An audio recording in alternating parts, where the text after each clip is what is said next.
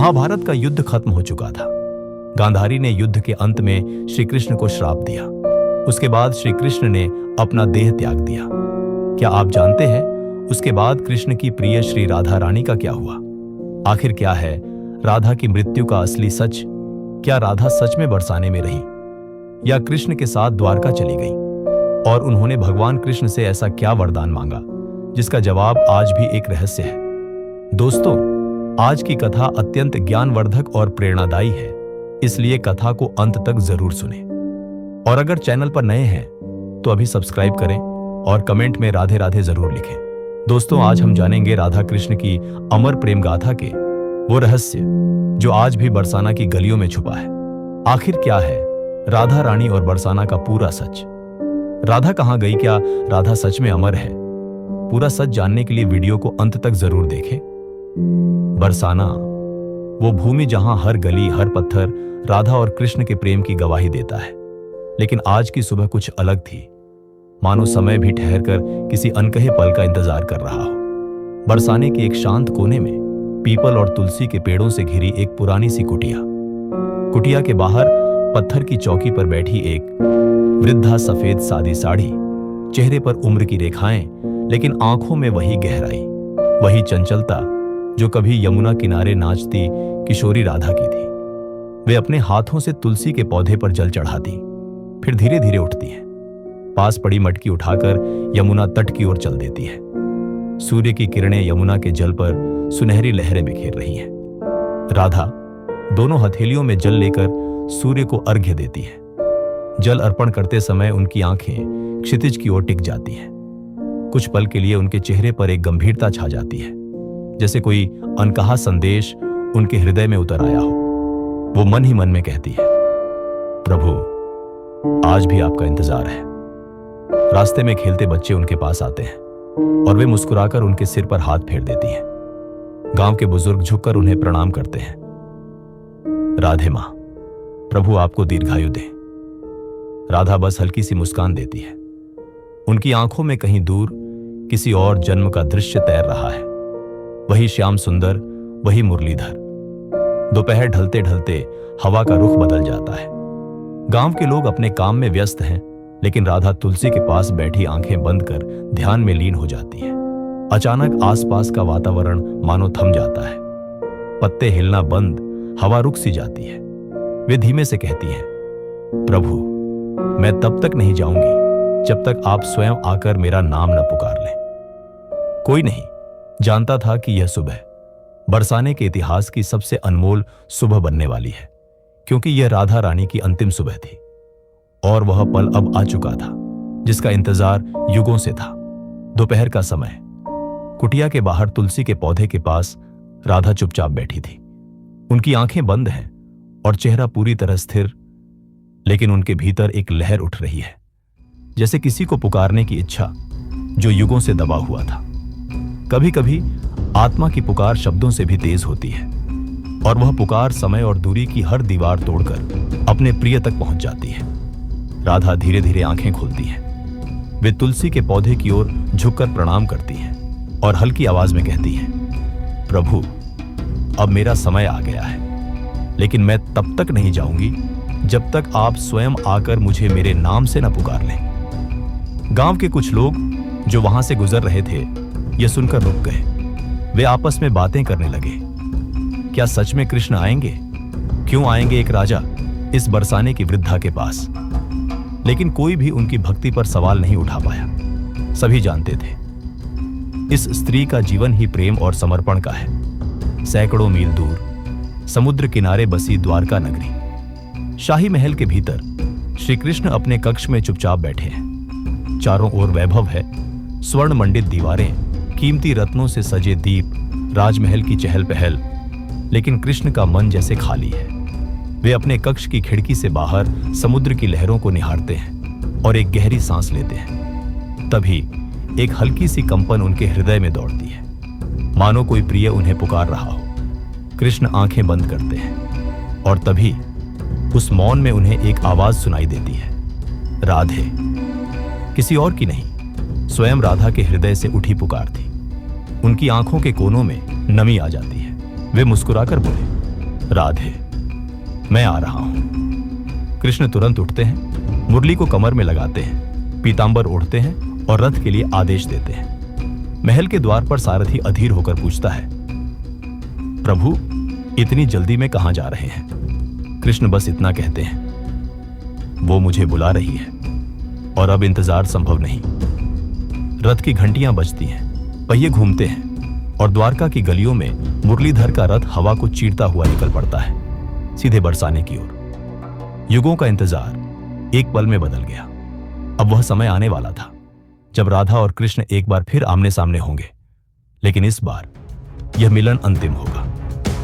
गांव के लोग अपने अपने काम में व्यस्त हैं, लेकिन दूर से आती रथ की घंटियों की आवाज सुनकर सभी चौंक जाते हैं। धूल भरी पगडंडी पर सुनहरी सजावट से सजा रथ तेजी से गांव में प्रवेश करता है। बरसाने ने युगों बाद इस दृश्य को देखा। वह आ चुके थे जिनका नाम हर गली में गूंजता था। कुटिया के बाहर तुलसी के पौधे के पास राधा ध्यान मग्न बैठी है। उनकी आंखें बंद हैं, चेहरे पर एक अजीब सी शांति।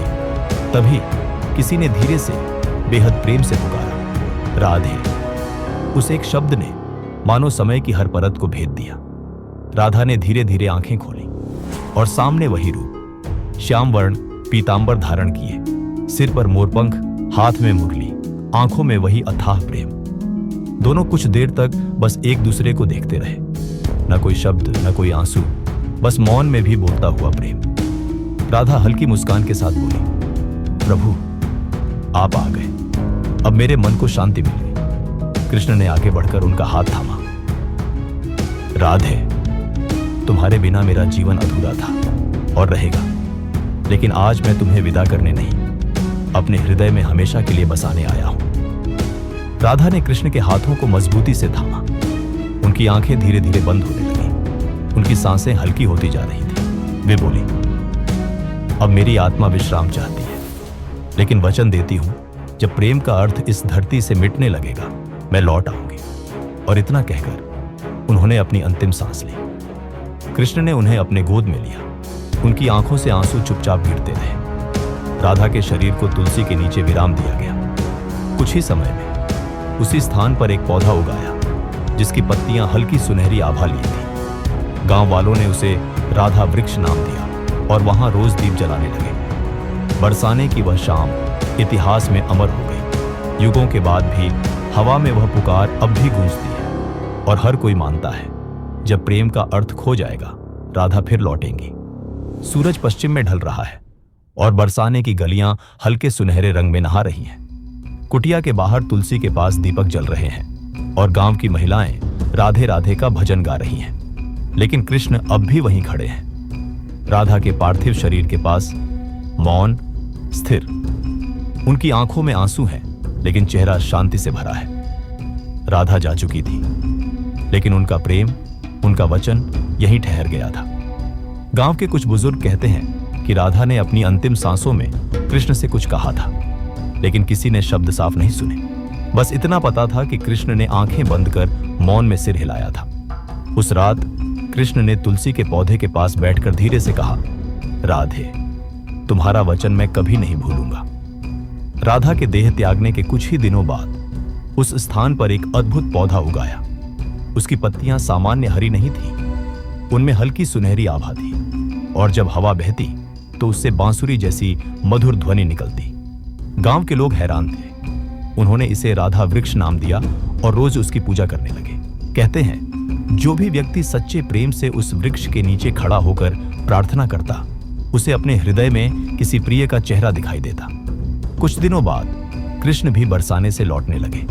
रथ पर बैठने से पहले वे राधा वृक्ष के पास आए और अपना पीतांबर उसकी जड़ों में बिछा दिया। उन्होंने वृक्ष को प्रणाम करते हुए कहा, जब इस संसार में प्रेम का अर्थ खो जाएगा और लोग त्याग भूल जाएंगे, तब तुम लौट आना, राधे। और मैं वचन देता हूं, मैं भी तुम्हें खोजने आऊंगा। और इस तरह प्रेम का एक युग समाप्त हुआ। लेकिन यह अंत नहीं था, क्योंकि राधा का वचन और कृष्ण का इंतजार समय की धारा में बहते हुए एक नए जन्म, एक नए युग की ओर बढ़ रहा था। बरसाने की वह सांझ अब इतिहास बन चुकी थी। सदियां बीत गईं, युग बदल गए, मगर राधा वृक्ष अब भी वहीं खड़ा था। अपनी सुनहरी पत्तियों के साथ, जैसे समय को चुनौती दे रहा हो।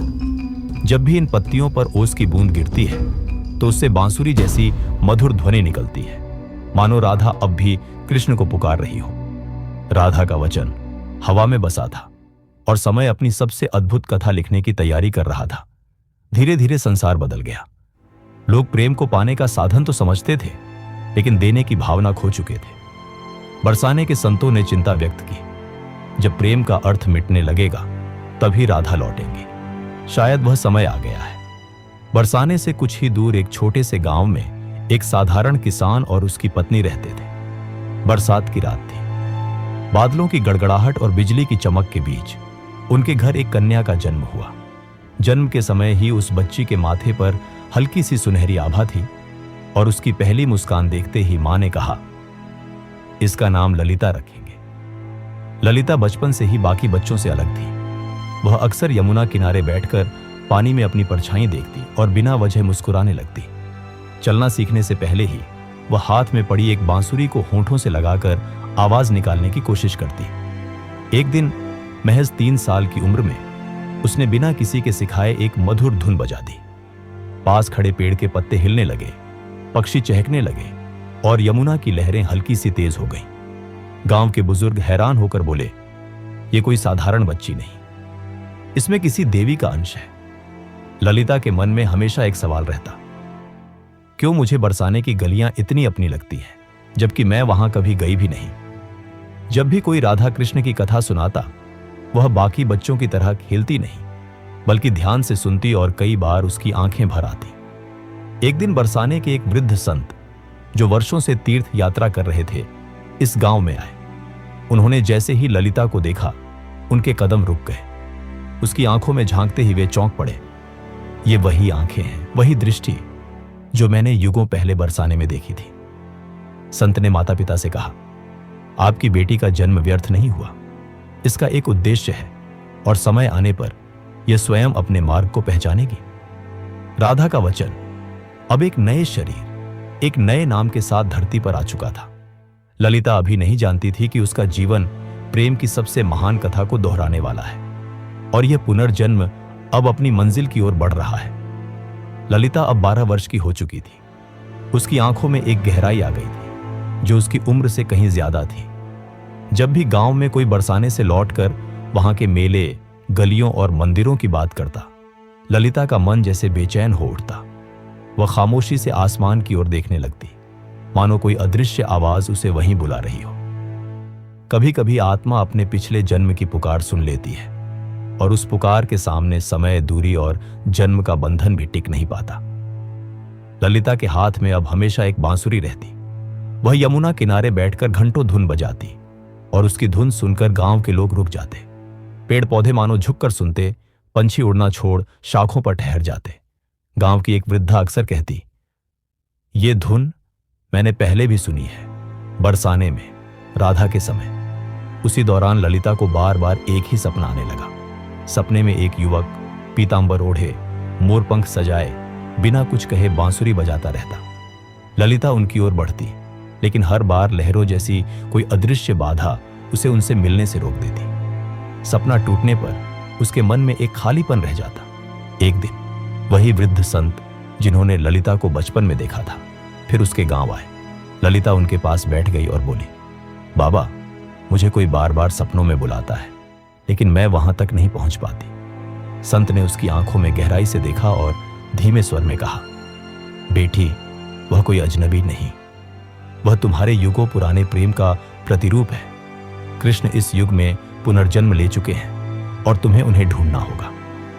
ललिता हैरान रह गई, पर मैं उन्हें पहचानूंगी कैसे? संत मुस्कुराए, जब वे तुम्हारे सामने आएंगे, तुम्हारा हृदय खुद तुम्हें बता देगा। आत्मा कभी गलती नहीं करती। कुछ दिन बाद गांव में एक यात्री आया जो दूर के एक साधु के प्रवचन की चर्चा कर रहा था। उसका नाम था अनंतानंद। लोग कहते थे, उनकी वाणी प्रेम को नया अर्थ देती है, सुनने वाले की आंखें नम हो जाती हैं। ललिता का हृदय अनायास धड़कने लगा। उसे लगा मानो यह नाम उसने बहुत पहले कहीं सुना हो। उस रात उसने फिर वही सपना देखा, लेकिन इस बार बांसुरी की धुन पहले से ज्यादा करीब लग रही थी। अगली सुबह ललिता ने अपनी मां से कहा, मां, मुझे एक यात्रा पर जाना है। मां चौंकी, कहां बेटी? ललिता ने बस इतना कहा, जहां मेरी आत्मा मुझे ले जाए। उसने बांसुरी उठाई, आंचल में थोड़ा सा जल और प्रसाद रखा और गांव की पगडंडी पर चल पड़ी। हर कदम के साथ उसे महसूस हो रहा था कि वह किसी अनदेखी मंजिल की ओर बढ़ रही है।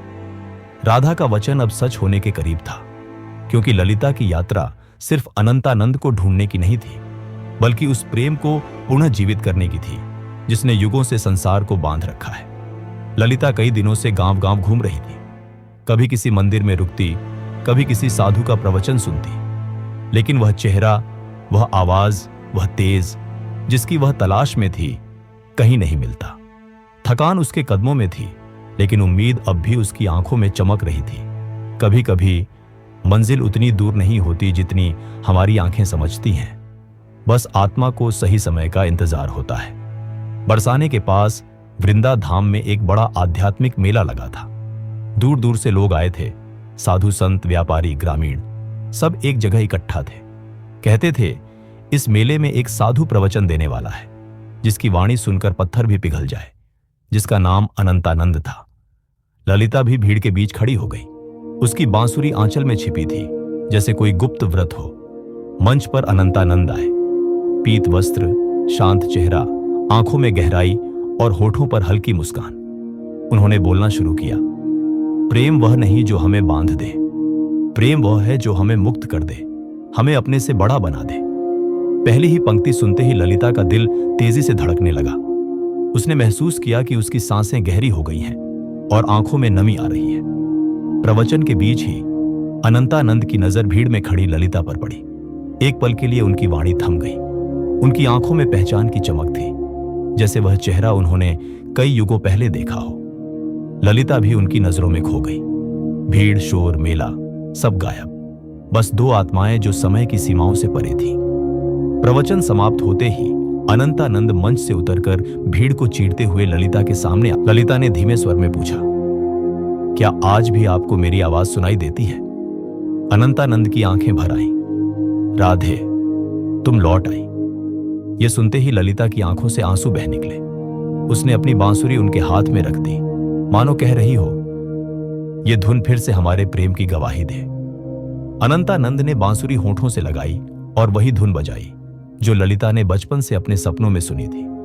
धुन सुनते ही ललिता के कदम अपने आप उनकी ओर बढ़ गए। भीड़ देख रही थी, लेकिन उस क्षण वहां सिर्फ दो ही लोग थे, राधा और कृष्ण, जो युगों बाद फिर से मिले थे। लेकिन यह मिलन आसान नहीं था। समाज की आंखें अब भी कठोर थीं और उनका प्रेम एक बार फिर अग्नि परीक्षा से गुजरने वाला था, क्योंकि इस बार उन्हें सिर्फ एक दूसरे को नहीं, बल्कि पूरे संसार को प्रेम का असली अर्थ सिखाना था। दोस्तों, अमर प्रेम की ऐसी गाथा सुनकर अगर आपका हृदय भी भाव विभोर हुआ हो तो वीडियो को लाइक करें, चैनल को सब्सक्राइब करें और कमेंट में राधे राधे जरूर लिखें। मिलते हैं एक नए वीडियो में एक नए रहस्य और नई गाथा के साथ।